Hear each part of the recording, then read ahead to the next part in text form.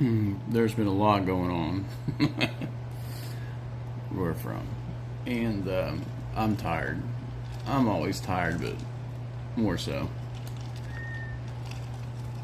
Helped out people in the neighborhood. We didn't have power or anything for 48 hours, but we're blessed. There are other people in Appalachia who had it way worse.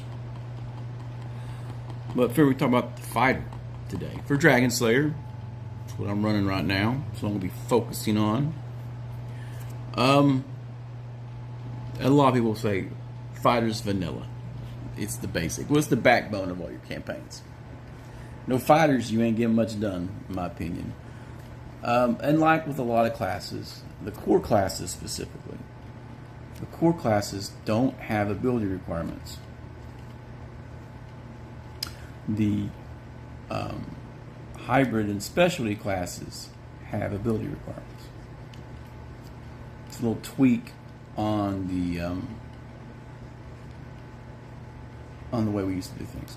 Ability requirement none. Race and level limit human unlimited. Cyclopsman 10, Dwarf 9, Elf 7, Gnome 6, Halfling 6, which I do believe the Halfling's a little higher than it was AD&D. Gnome's about the same, maybe one level less.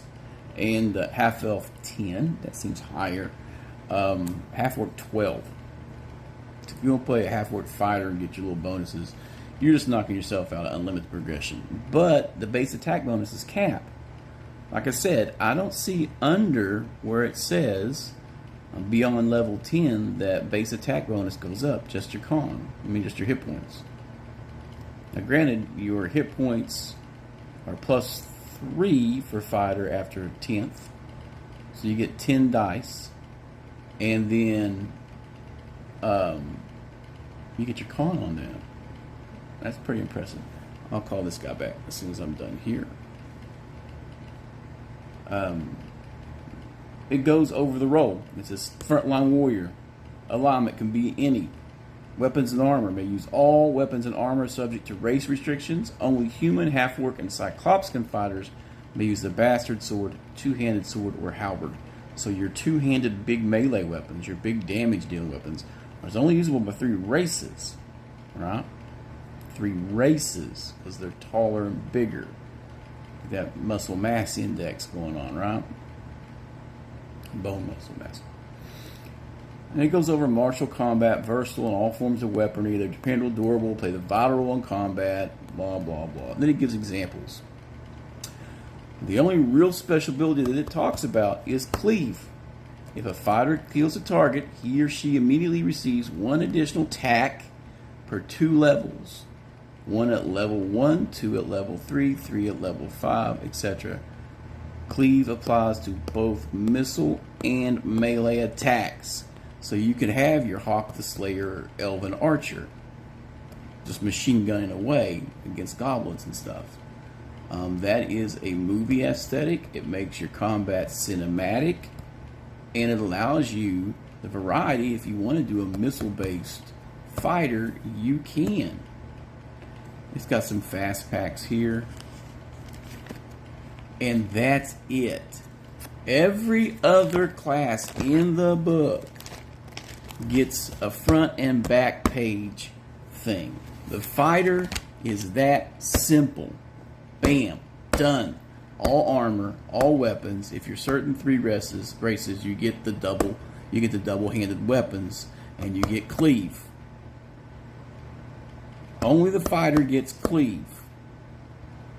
So your frontline meat machine is class protected, right?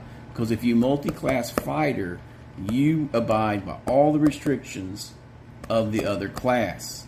So if you're a thief fighter, you can only use thief weapons and wear leather instead of leather armor. That's it. So you lose a lot of that armor. So the class fighter is protected versus min-maxing, munchkinism, and it keeps its niche. It does not talk about domain level attracting warriors, which I think this is shifted into more of an RP thing. that it's all DM fiat, the types of troops and people you draw to you for having a stronghold. So it forces you to RP that level because there's no mechanic listed. I know some people need mechanics for everything, right? But this gives you flexibility as the DM when it comes to the fighter. We know fighters draw men-at-arms and stuff. Is it strictly all mercenary, or they have followers? Well, that really depends on how you play your fighter, wouldn't it? The type of men and followers you bring to you would depend on how you role-play that fighter and the area, the culture you're playing in your game, and the situation. I like it. You can always go back to companion rules, basic D&D, yank those rules, and just say, not until we get them, bam. There's a lot of room for DM. It's very customizable. That's a very subtle difference. Vanilla. You're not getting very far without a fighter. I do believe they are the core class for all fantasy games. You don't need to go into a lot of description because it's basically your warrior. Besides the cleave, and it says multiple attacks when you slay something. So I guess you could go in the plain reading of the word of raw, you could turn into a meat machine and just start slaughtering everything around you. Now granted, you can move and attack or attack and move. So you're not going to be able to take the 3E, 5E steps and keep sweeping us by the way. But you could kill everything around you. I kill one, I get 3 more attacks. 1, 2, 3. I kill another, do I get another 3 attacks? That's a ruling moment. And as raw, it doesn't really say you can't, but you're going to run out of targets in front of you real quick.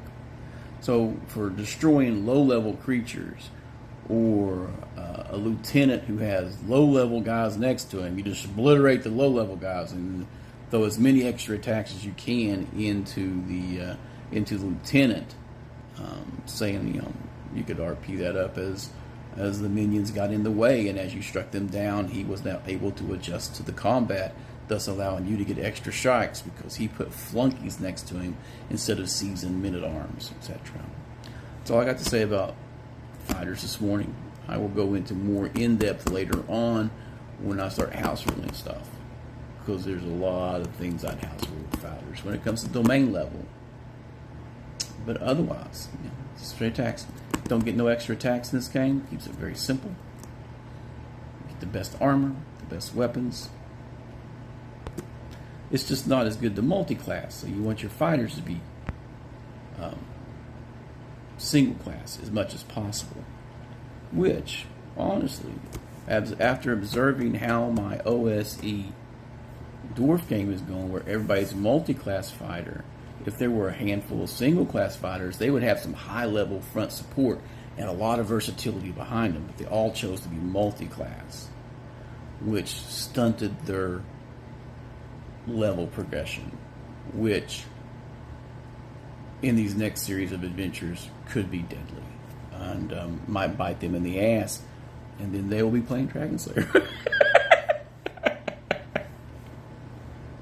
I'm just saying, it's got. I see a bad moon rising in a few encounters. They have a talent for surviving, though. I'll give them that. All right, that's all I got to say about the fight this morning. I'm going to upload this shortly. Have a phone call take. Y'all take care. Game well. Game off.